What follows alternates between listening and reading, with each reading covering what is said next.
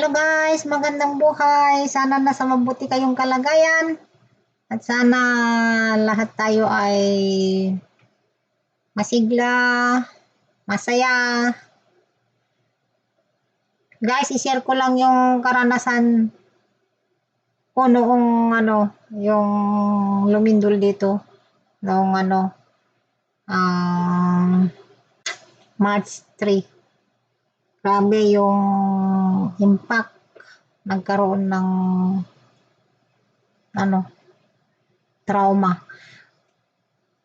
Kahit sabihin natin marami na akong karanasan sa lindol, kahit nung nasa Pinas pa ako, malalakas. Dito rin, ilang beses nang naranasan ko rin yung malakas, pero iba yung wala kang kasama. Ang laki ng impact, ang laki ng diferensya pagka may kasama ka. May kasama ako pero hindi mo naman manuto kasi yung special child. Yung pakiramdam ko noon na maglakad ka, nahihilo ka. Hindi ko alam kung ano yung uunahin ko, yung sarili ko o yung alaga ko. Kasi karamihan sinasabi nila tatakbo. Paano ka tatakbo? Kalakas ng lindol. Paano ko iiwanan yung alaga ko? Siyempre, makukonsensya ka.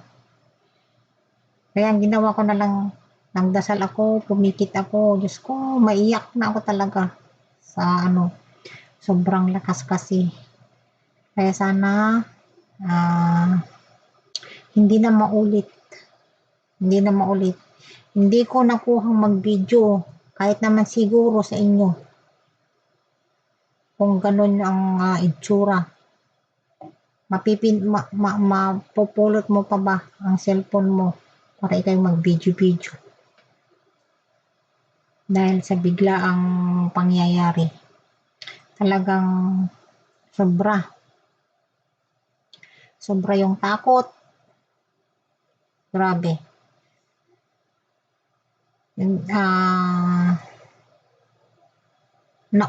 Ang pakiramdam ko, naubos yung lakas ko. Kasi yung time na yun,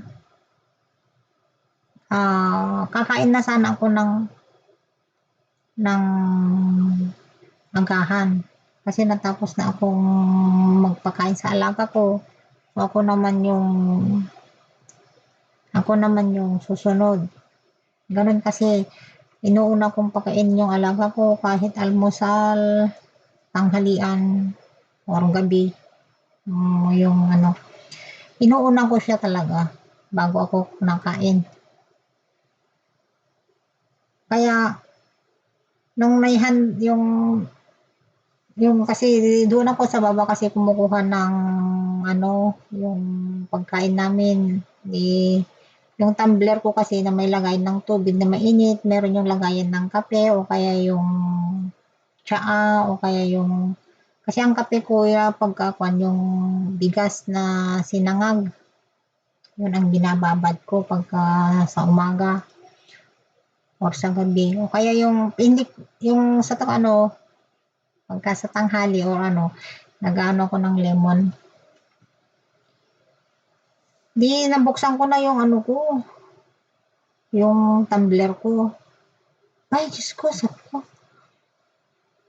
Parang di tumakbo ako dito sa may di umupo ako dito. Ay, talaga sabi ko, lindol, sabi ko. Pero yung alaga ko nandun na rin sa sopa niya, kasi nga nakakain na siya. Lakas na, sabi ko, Diyos ko. Sabi ko, tumayo ako, nahilo na ako. Hindi na ako makahakbang. Itong nakaandar na itong ko kasi nga nanonood ako ng balita. Itong ilaw dito, Diyos ko, yung mga kabinet namin, yung mga built-in cabinet. Nagbukas na yung mga yung mga pintuan. Hindi na ako makalapit sa alaga ko kasi nahilo na ako talaga. Diyos ko, hindi na ako matapos mayat mayan. Diyan na yung aftershock. Diyos ko, sabi ko, wala na.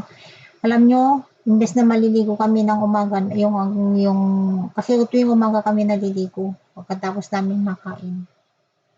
Alam niya hindi kami naligo sa umagang yun. Sa gabi naligo pero ang bilis pa.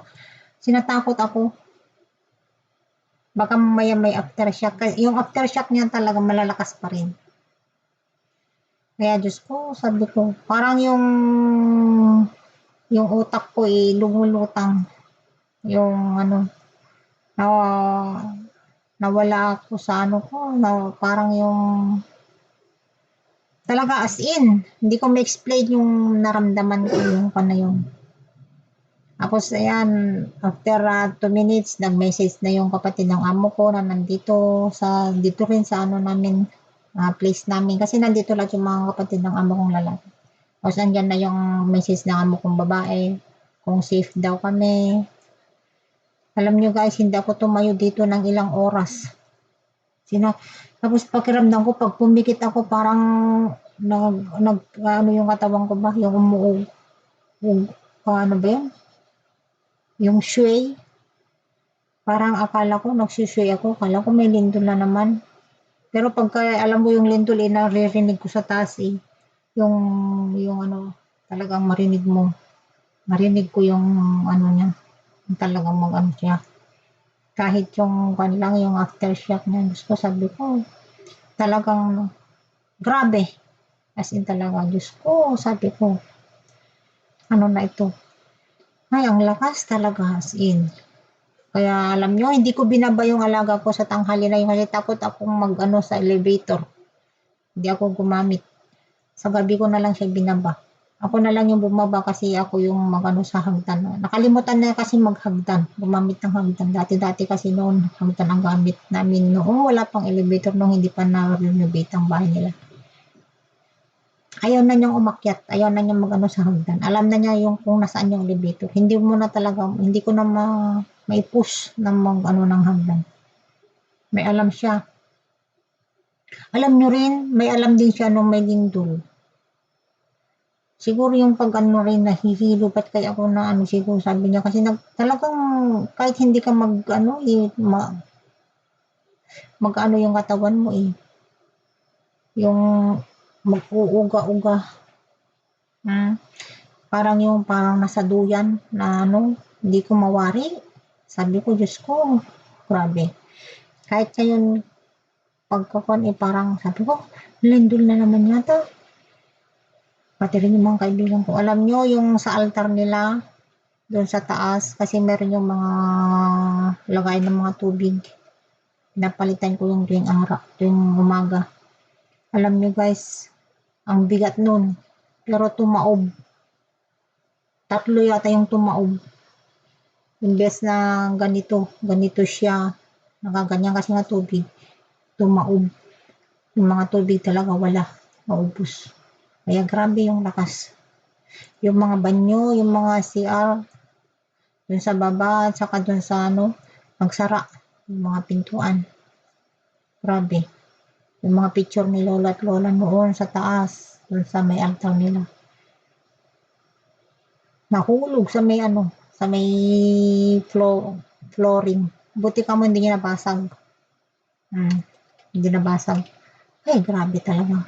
Yung takot ko. Diyos ko. Buti hindi na ano yung kuryente.